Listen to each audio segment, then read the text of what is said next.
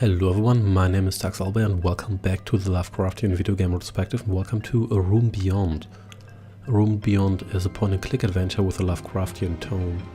The game depicts you as a man who wakes up with no memory in an area terrorized by a creature called the Fog Wanderer, and your job is to find out what's behind this and what happened to your memories.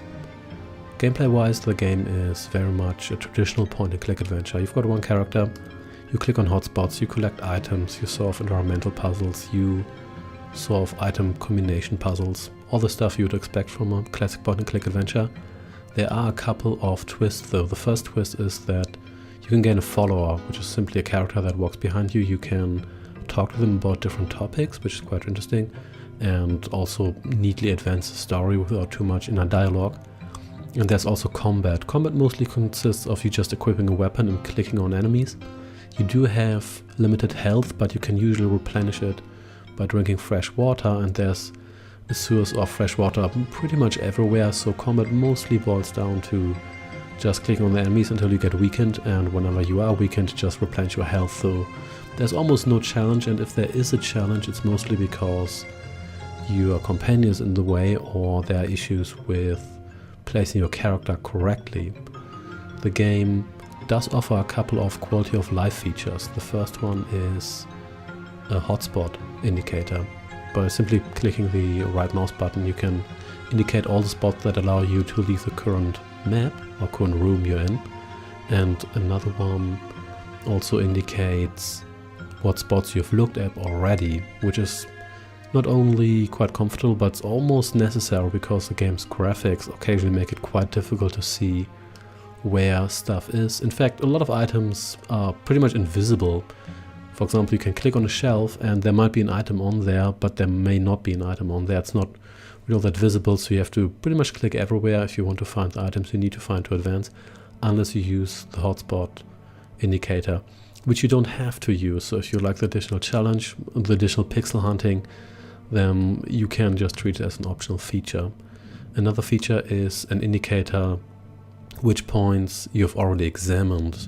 You get an eye icon every time you hover over a spot which can be examined, and if you've already examined it, this counter gets grayed out, so you can still examine it again, but it does show you what you've already looked at, which is nice if you haven't played the game for a while and you're not quite sure which rooms you've explored properly already and whether or not you need to examine a hotspot to advance in the game. And both of these, you could argue they damp down the gameplay, but at the same time they also make the game more comfortable to play if you don't want to play it in one sitting, or if you simply don't enjoy pixel hunting and the more, at least potentially more frustrating features of classic point-and-click adventures. With regard to graphics, the game does use the now popular pixel graphics, but it does have a three-dimensional character or third-dimensional characters and enemies, and the character looks slightly like a Minecraft character and kind of walks through the environment in a 2.5D fashion, a little bit like the original Alone in the Dark, even though the graphics here are quite nice, but they seem to be downsampled a little bit too much.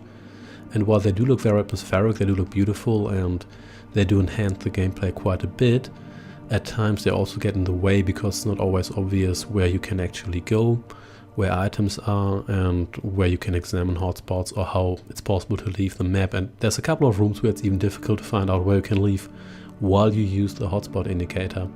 So it's not a huge problem, but if you're not a big fan of adventure in the first place, then this is not a feature that's going to convince you that this is a good game.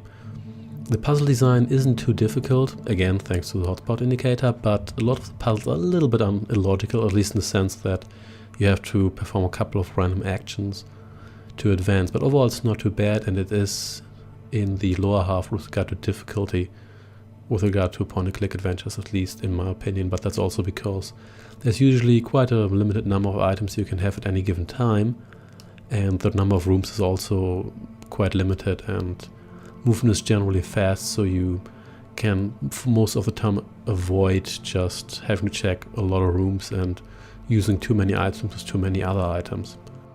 With regard to music and sound, a lot of the music and sound are just ambient sound in the background, but that's not necessarily a bad thing because they do underlie the game's slightly uncomfortable and eerie atmosphere. The game isn't too scary for the most part, also because it's for once not too dark, but it does have some creepy moments, and they probably work better because the game doesn't try to be scary all the time.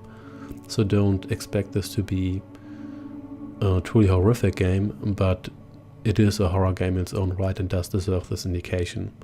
With regard to length, the game is not too long. It's divided into 5 episodes and a prologue. You can complete most of these in 20 minutes to an hour, depending on how puzzle savvy you are. So it does give you a good amount of gameplay, and for the price it's fair. So my final verdict is that this game does get a recommendation, provided you like Lovecraftian themes and or point-and-click adventures. If you don't like point-and-click adventures, this game has enough quality of life features that you might consider playing this game anyway, even though you're not a big fan of the genre. And overall it does get a recommendation from me. You might notice that this game shares some similarities with The Last Door, both graphically and also with regard to gameplay. And if you like The Last Door, then I'm sure you're probably going to like this game as well. Thanks for watching, and I shall see you next time. Take care and goodbye.